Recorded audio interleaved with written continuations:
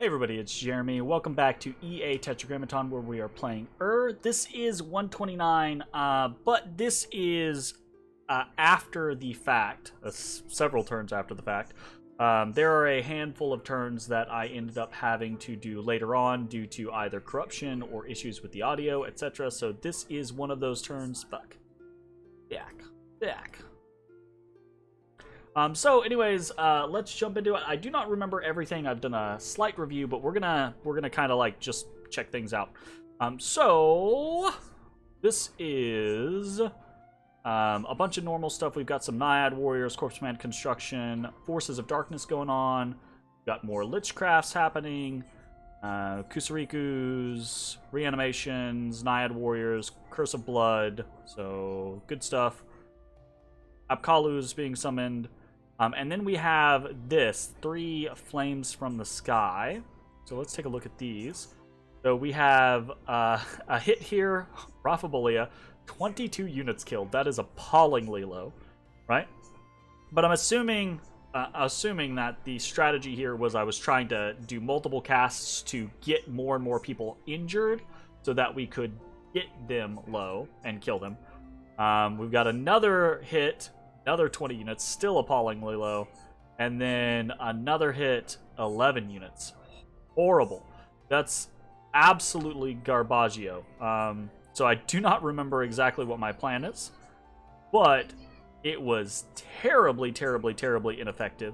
This is because a combination of Mother Oak, actually probably just primarily Mother Oak, and also a scenario of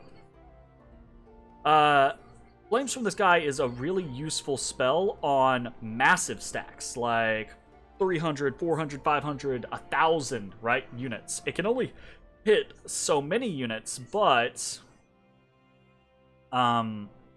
it's really good at winnowing those massive stacks. This seems to be more of a force of, chunky boys, which, when buffed by Gift of Health, is not going to be very successful for Flames from the Sky. So this was a bad idea. We've got a couple of Magic Phase battles. We've got some Liches being killed. So this is... I'm doing, like I said, I'm doing these turns way after the fact, so I'm going to try to not spoil what some of my plans are or what I end up doing, but I can now... As I'm watching, I'm remembering where I am. So this guy's just going to get soul slayed down. Basically, he's got a decent MR with the Amulet of Anti-Magic, but it's not going to be enough to keep him alive versus the Onslaught. Eventually, he does go down. And even if he didn't, they would have just annihilated the undead that he sent out them in. Melkart raids us in Cloudcap. Grigory hits us in Halimire, where we have a Tartarian Monstrum. And we lose this one, but I do think we keep our Monstrum. Who is this? Is this Ezekiel? This is Azazel, okay? So Azazel up against our Monstrum is not really a competition. Our Monstrum can't really do much damage to Azazel. Azazel has incredibly high defense. And then he has a whole host of layered defenses, right? Between Awe and Astral Shield and Damage Reversal, etc. It's very, very difficult to actually damage. Temper Flesh. Ooh. And he's also got pretty high protection as well. Along with Temper Flesh. Monstrum lands. Azazel's immediately goes to cutting about. Just crazy high damage.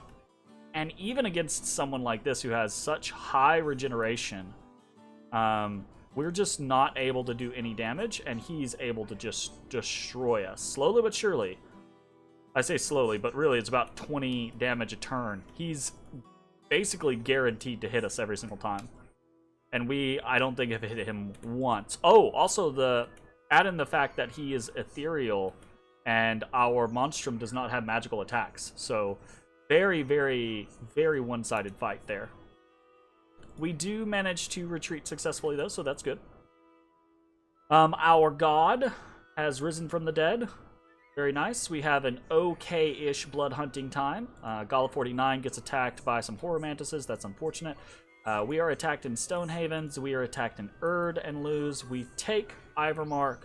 We get hit in Ross and lose. We get hit in... Oh, no. We get to see Lanka get hit in Terrace Peaks and in Obelshin. And then we get hit in Karnag. We lose Traturn and Range of Shadow. So this is just a horrible turn for us. We lose... I mean, we don't lose a whole lot in the grand scheme of things. We lose some raided territory. We lose a lot of gems, which is really unfortunate. But it's more of a horrible turn in the fact that it is yet another turn of 0 forward progress. Again, I'm going to try not to spoil anything about future turns, because I am future Jeremy, reviewing past Jeremy's work. But this is indicative of if I'm remembering correctly, this is a time period where I'm really not super invested in the game anymore. It's started to feel like it's dragging, and every turn is just like, ugh. So I'm not trying to be creative. I'm not trying to pull out new things, etc., which is kind of unfortunate, because that's really what I should be doing at this point in the game. Unexpected events. We've got some gold here in Titan's Breath Peak, and we've got some gems in Sita. Cool. And we foresaw a great disaster, which is dope. All right, what are we actually doing? It looks like we are raiding a whole bunch. We got some tarts moving around into Hinnom territory. We've got some vampires moving into Hinnom territory. We are moving Tartarians into Edirol. We're attacking into Turtle Glades. This is basically just continuous raiding in this area, right?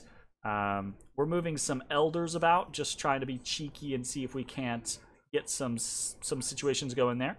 And then we've got the kind of eternal daisy chain of liches moving up to the front, right? We're also sending some Eshams up towards Halbathria. This is after... yes. This is recently... We have just lost... Not just, but we have recently lost the big fight in Raphabolia. So that's unfortunate. We're still recovering, and at this point, I'm really, if I'm remembering correctly, I got really, really worried that Hinnom was going to push us in Tirnanog and basically undo all of the, last 20 turns of work as we pushed up towards Raphabolia, taken Tirnanog, taken Halbathria, which is unfortunate. So my game plan, I believe, at this point turns into a staunch the bleeding kind of mentality. I got an alarm. I don't want this to go off. We got 10 minutes. Staunch the bleeding kind of mentality. So I'm moving a whole bunch of stuff to the front lines everywhere that I can. We take a look. We've got an Apkalu heading towards Kailasa. We've got an Insi heading towards Titan Breath Peaks, towards Kailasa. What is our blood hunting situation? We're still blood hunting in Kunaral. That's going to have to change pretty shortly, right? We're very close to falling under the population limit in Kunaral. I think probably Tenera is going to be one of our next locations to blood hunt. We're starting to blood hunt down in Belagor, but we're going to need more patrol down here to actually succeed. Kohnberg is still good for a while. Perenna's still good for a while. It looks like most of the movement. Right. So I think this is something that we haven't done. So we had a big stack here in Agartha, and it's moving towards Halbathria, right? So this is going to be part of my reinforcements. NC-16 leading all these units, Seeking 1 leading all his units. We've got a couple of mages here in Monarch Woods. They're all going to head over towards Halbathria, and that's going to be, hopefully, our reinforcements, right? To not lose the Halbathrian and Tirnanog scenario. And on top of that, one of the reasons why we're being pretty, I don't know about aggressive, but we're still continuing to raid. We want to continue to raid because we don't want him to have easy avenues. We don't want to pull back everything and him just be like, okay, well, start raiding into this area, right? Because if we're raiding, he's going to counter raid those areas, right? So we're doing that instead of being overly cautious and pulling back and then being like, okay, well, I'm just going to attack you and start raiding your territory, and then you're going to start counter-raiding. So we still want to be offensive, even though at this point we're super terrified that we're going to lose everything we've worked for on Hal Bathory and Tirnanog. I don't know if we've talked about this yet, but I'm going to go out on a limb seeing how many nature gems we have here. I think one of the only ways we move forward is by getting rid of his gift of health. And I think one of the only ways we do that is by taking it for ourselves. So, in order to do that, though, we're probably going to have to use a really high cast of gift of health. So that's where I think a lot of our nature gems are going to go for the next turns. I don't know. Yeah, it looks like we're trying to save up for them, right? We're trying to we're doing some endless bags of wine and stuff like that, some crowns of command, lightning rods. Ah, right. We're making Does this happen yet? Ah, shit. This is still when we're doing manifestations. You know, manifestations actually has been... Wait, are we doing manifestations? Or is this when we start doing manifestations? If this is when we start doing manifestations, manifestation, I think, is going to be a real... We're doing some manifestations. I don't know if we've already done those. But I think that's going to be pretty good. Horde from Hell. We're casting a Horde from Hell. Ah, here we go. We're empowering in air. I think we've already done this in a couple of different spots. Yeah, we've got a Corpse Constructor down here with Lich 6. We're doing another one up here with Lich 18. I think the plan is going to be, if we don't already have one over here, yeah, we already have one in Trackless Wastes.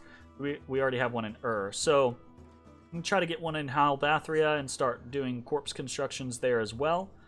And I think a big focus for us is going to be trying to boost up our blood economy over here in Silverfang. So, Forces of Darkness, Curse of Blood, some other stuff that I'm not going to talk about just yet because I think I talk about it on other turns more succinctly. So we'll do it there. What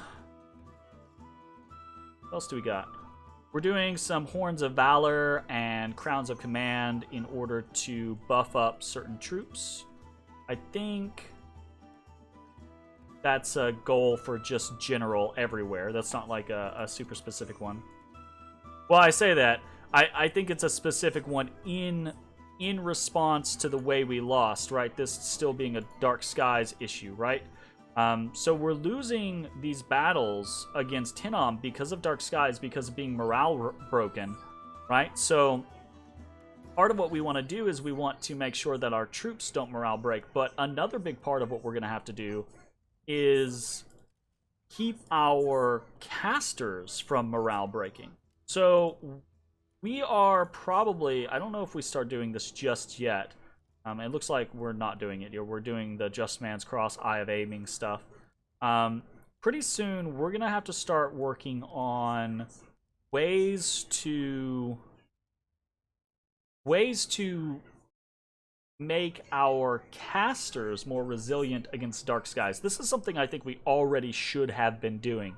But one of the primary things is we're going to start doing dragon helmets across the board for basically like everyone, right? To get that +5 morale.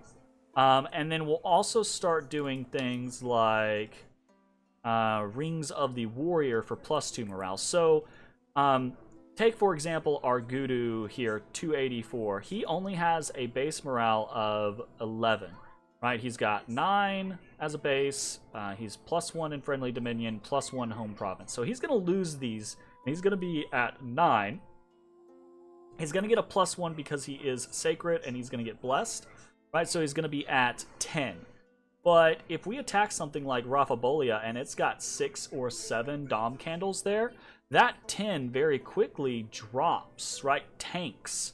But if we give him something like a Dragon Helm and a Ring of the Warrior, then that helps neutralize the Dark Skies, and we're fighting on a better basis for our mages. I think that's one of the big issues, is making sure that we have enough morale boosting items to combat the Dark Skies is going to be a big deal. And then there's also just side effects for the morale boosting items, right? Like, not the Ring of the Warrior necessarily. Ring of the Warrior doesn't do very much with attack skill 5, but the Dragon Helmet giving fire resistance is also going to be a pretty good thing, right? That's defense against battlefield magic, or that's defense against flames from the sky, or stuff like that. I also am somewhat worried about Relay. So we're probably going to start recruiting, I don't know if we're doing it yet, but we're going to start recruiting more Ishibs on the coast to try to potentially create a defense. And I think that's about it. Honestly, there's probably a lot of stuff that I've missed with what it's just been so long since this turn has happened, and there's so much other stuff that I know. I don't want to really like ruin anything by talking about stuff that I know is going to happen in the future, but hasn't had that kind of catalyst yet. The big deal, I think, for this turn is trying to get this army, trying to get reinforcements over to Halbathria so we don't lose the progress that we've made against Hinnom, and keeping the pressure on Hinnom so that they don't feel like they have an opening against us and can attack, right? We do not want that. And yeah, I think that's probably it for this turn. Thanks for watching. We'll see you next time. Bye, everybody.